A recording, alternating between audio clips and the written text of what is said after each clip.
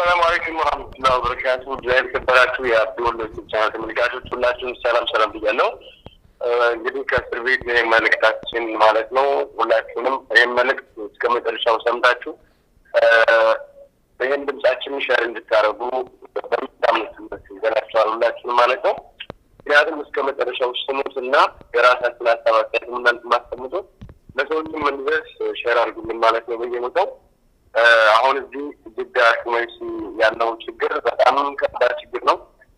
ብዙ ሰው ታሟል። ለምሳሌ አሁን ያለንበት 200 ሰው አለ። 200 በሳል በሽታ ታሟል። ከ200 ውስጥ ደግሞ 34 ሰዎች በጠና ታሟል። እነዚህ ታመሙ ሰዎች በር ቆርቆረን እንዲታከሙ በምን ሰዓት መጥቶ ሊጠይቃቸው የለም። የምግብ ችግር ምናምን እሱን ተው ችግር የለውም። አሁን በሽተኛዎቹ ወላሂ ላዚም ሽማግሌ ብቻ 6 አሉኝ ጋር 4ቱ በጣም ታመዋል ማለት ነው። ለሰዎቹ ዘበኛሉ በዚህ ሀገር ሀሪስ መሰለኝ ማለት ዘበኞቹ ሲቆረቆባቸው በ3 ቀን ወጥቶ ይከፍታል። ከዛን በሽተኛ ወስደን ይደወልደው ቢሰጡ አንዳንዴ ከሬዱ ከዛዎች መርፌ ለመወጋት ራሱ በረከት ሁኔታ አለ ያለው በአሁኑ ሰዓት ማለት ነው። በዛ ደግሞ ባስ መጡ እስካሁን አይደለም ከ7 ወር ከ8 ወር በላይ ተሰራለ ወላሂ ተጀምሩ ያለው ማለት ነው። ሳንት ደግሞ እንደምታውቁት ሁሉም መስሎ ኮሎኒያው ከ10 ቀን በልጦናል ታልካዘን ማለት ነው። ምክንያቱም ተማም ግን አንድ ቦታ ስላለ ትንፋሻችን ይገባል ያሉ ወደ አንዱ ስለሚገባ ሙከየፍ ማለት ያጠፍታል አንድ ሙስተፈል ሁለቱና ማሩሃና ሙከየፍ ባንድ አድርገው ምን ይለን እንደምታውቁት ዛው አብዛኛው ይገጠሰው ይታል በዛችሁ በነበረ ፖታሻ መስጠት ይለብሰው ይላል በአላሽ አይደለም ይሄ ዝልፈን ታማ እነዚህ ተራራታው እኛ ጋር በጣም የታመሙት እንኳን አጥን ቤት ነው ጻፍቱ በዛ ላይ በጎን ደግሞ እኛ ጋር ታሰሩ በመስኮት እንገናኛለን እነሱ ጋር ተነጋገርን እነሱ እንደዚህ ታሙ አሁን ዋናው ችግር አንድ ሰው ያው ሀገር ግልግል ሰው ጋው አይደለም በቦት ሳይዘናት ግን የተራራው ወንጀል ስለሆነ ውጫኑ ናቸው በብዛት እየቆረጡ እየገቡ ያሉት እንደምንሰማው ማለት ነው። አጠቃላይ በሽታ ነው እዚህ ያለው ሰርቪስ ያለው በሙሉ ማለት ነው። በጣም ብዙ ህዝብ ያለው እንደምታውቁት ስለዚህ ውጭ ያለው መጀመሪያ ይሳፈር ችግር የለውም ግን ለተሰረኛ አይሳፈርም ቀድሚያ ማለት ነው። አሁን እዚህ ጋር አንድ ነገር ለፖለቲኩ ይገባል ሁላችሁ ውጭ ያለው ሳይሆን መጀመሪያ ግን ያለው የሚሰቃየው በሽተኛው መብረር እንዳለበት ምክንያቱም ከዚህ በፊት ከግዳ ሰብረው መግለጫ ሰምታችሁ ቻናሌን ዙሪያ ሰምታችሁታል 10 ሰዎች ሞቱ 10 ሰዎች ሞቱ አንድ ደግሞ ታደግ ያቀረባት ሴትዮ ከነልጇ ባሏ የሞተባት ታስታውሳላችሁ በምግብ ችግር በበሽታ ታሞቱ ሴትዮዋ በርከው አስተዳደር ቤት የገባችው ሁላችሁም ታውቋታላችሁ 10 ሰዎች ደግሞ ከነሱ ምድርባቸው በእምባሲ ክትትል ሲደረግላቸው ክትትል ሲደረግ ተብሎ ሞተዋል ስምንት ዝራቸው ብቻ ነው ተመልክተዋል እዚህ ጋር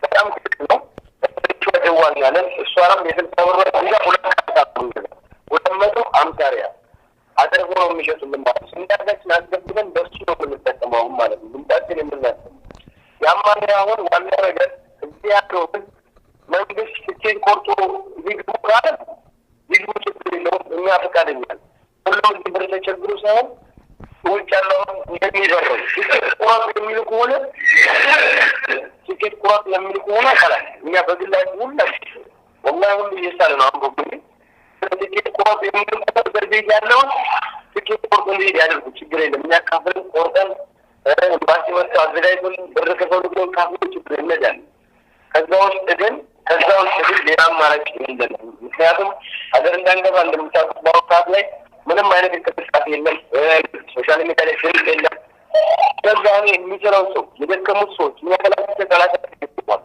በዚህ ሌላ ሁለት መንግስታት ውስጥ በብዛት እንደዚህ ታሞ 600 ምናምን መገናኛው በመስጠት እንነጋገራለን እንኳን የሁሉም ታሞ አሁን ዋናው ጥያቄ እዚህ ጋር ለምታደም ምን ሸር እንደምታረጉ ምንድነው ይሄ የታመሙ ሰዎች በሁሉም ክላስ ከ600 ወደ 90 ሰው ማሞን ያለው ማለት ነው እና የሚያደርግ አንድ ሰው የለም አላህ ሸይገት ወክምና አይወስም ነገር የለም ስለዚህ በኢትዮጵያ መንግስት እና አባቶች ወንድሞች ሶሻል ሚዲያ ያሉ ሰዎች ያለው ከሞቱ በኋላ መግለጫ ለማውጣት ነው እቅዳቸው ነው ወይስ ይሄ ሁሉ ካለቀ በኋላ ለቅሶ ነው በኋላ የሚያለቅሱ ሶሻል ሚዲያ ላይ የሚፖስቱ? ከዛ በፊት ግን የታመመውን ሽማግሌውን ሁሉንም አገር ያስገቡት ሁሉ ስቃይ አይደለም። እናቴ ናፍቀችዋል፣ አባቴ ናፍቀዋል፣ ወንድሜ ናፍቀዋል፣ አገር ናፍቀዋል። ያለምንም ወንጀል ግን ይንከራተታል። ስለዚህ የምትሰሙ እባካችሁ እኛ ብር አልተቸገርንም፣ ብር ቆረጡና መንግስት አገር የሚል ከሆነ ከመንግስት የምንፈልገው ነገር የለም። በብራችን በህጋዊ መንግስት ቆርጠ እንድነት ይመቻች። ይህን ነው የምትላቸው። ከዛ ውጭ ግን በኋላ ማልቀሱ ወንጀል ማለቱ ሰው ከሞቱ በኋላ ዋጋ የለውም። እዚህ ጋር አሁን አንድ ነገር ልንገራችሁ። እኛ አጠቃላይ 600 ምናምን ከምንገናኘው የተወሰነ ሰው እንኳ አለ ያድርገውና ምሳሌ ደግሞ ትውሰድላችሁ። ሌላው በፎቶ ሊታወቅ ይችላል፣ በስሜ ሊታወቅ ይችላል። ሌሎች ሶሻል ሚዲያ ላይ የማይታወቁ በፎቶ ቢሞቱ እንኳን በፎቶ አውጥቶ ፎቶቸው መፖስት አይቻልም። ምክንያቱም ምንድነው ጀዋል የለም፣ ትልቅ ጀዋል። ስለዚህ አገር ቤት እንኳን ደሳሱን ዘመዳቸው አገኛቸው። ኤምባሲ ከዚህ በፊት ያወጣው ዝርዝር ታውቃላችሁ። ሰዎች ሞቱ በስም ዝርዝራቸው ብቻ ነው ያወጣቸው። ቤተሰቡ እንደተገለገለ ስም ብዙ ነው። አብያም ብዙ አለ፣ ጀማል ብዙ አለ፣ ማመር ብዙ አለ፣ ርጫን ሙስሊም የታሰረው ሁሉም ብሔር ተታስሯል። ስለዚህ የምንላችሁ ነገር ኢትዮጵያ ያላችሁ በተለይ እዚህ ሳውዲ አረቢያ ላይ ያሉ ዩቲዩበሮች ማንም ዩቲዩበር ድምፅ የሚያሰማለን በአሁኑ ሰዓት ትክክለኛ መረጃ የሚያወጣ ዩቲዩበር ሳውዲ ውስጥ የለም። እውነቱን ልንገራችሁ ነው ማለት ሳውዲ ውስጥ የለም። ድምፅ የሚያሰሙት በአሁኑ ሰዓት አልቀዋል። ግማሾቹ በእስር ቤት ናቸው። ስለዚህ እንዲሁ የኢትዮጵያን እዚህ ጋር የምታደምጡ ሁላችሁም ተባበሩና ድምጻችን በቲክቶክም ሰሁሉ በቃ ሁላችሁም ድምጻችን አሰሙ።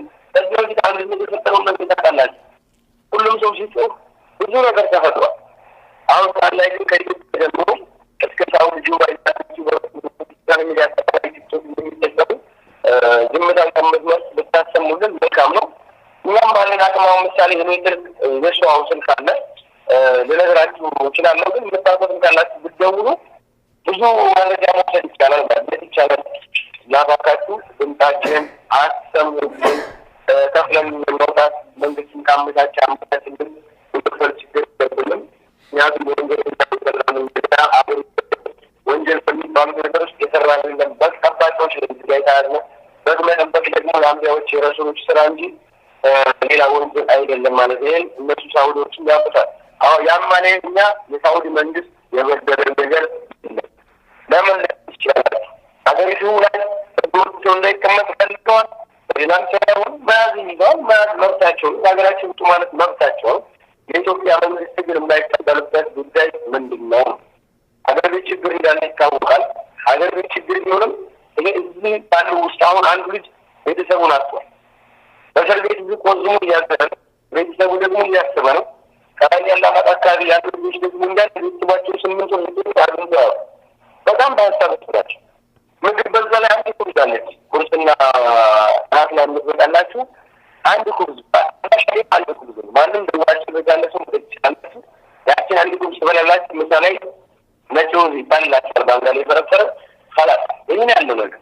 ስለዚህ አሁንም ወደፊትም የምንላችሁ ኢትዮጵያም አላችሁ፣ ሳውዲም ያላችሁ፣ የትኛውም ዓለም ላይ የምትገኙ ኢትዮጵያኖች የምትሰሙ ሶሻል ሚዲያ ላይ ሼር አድርጉልንና ህዝብ ይስማ። መንግስት ይሰማል እርግጠኛ ነኝ። ግን መልስ ለመስጠት ፈቃደኛ አይደለም። ይህን በምክንያቱም ትላልቅ ሰዎች ሊጠይቁት ይገባል ማለት ነው። ዜጎቹን ይቀበሉ የሚል መልዕክት ነው ማስተላለፈው። ሌላውን ደግሞ ያለው ችግር ብዙ ችግሮች አሉ። እንግዲህ የታመሙትን ነግሬያቸዋለሁ መጀመሪያ ላይ። ብዙ ሕክምና የሚፈልጉ ሰዎች አሉ። ሕክምና አምባሽ ሲኖር ነው የምትታከሙት። አምባሽ ደግሞ የለንም ማለት ነው ለተደርሰ። ስለዚህ ባካችሁ ነው የምንለው። ሌላ ኢንሻአላህ እንግዲህ ቀጣይ ደግሞ ስልካችንን ያላችሁ ሰዎች ደውሉልኝ። እኔ አሁን እዚህ ጋር ማውራት ልትቀየርም አብጅለኝ በሌሎች ቻናል የምትሰሙት ማለት ነው። አብዛኛው ስልኬን ታውቃላችሁ። ስለዚህ ከደወላችሁ ያለውን ነገር እንነግራችኋለን ማለት ነው። የኢትዮጵያ መንግስት ላይ ግስት ታደርጉልን ነው የምንለው። ሳንሞት ድረሱልን። ከሞትን በኋላ ብታለቅሱ ምንም ፋይዳ የለውም እና ይህን ለማለት ነው። ሰላም አለይኩም።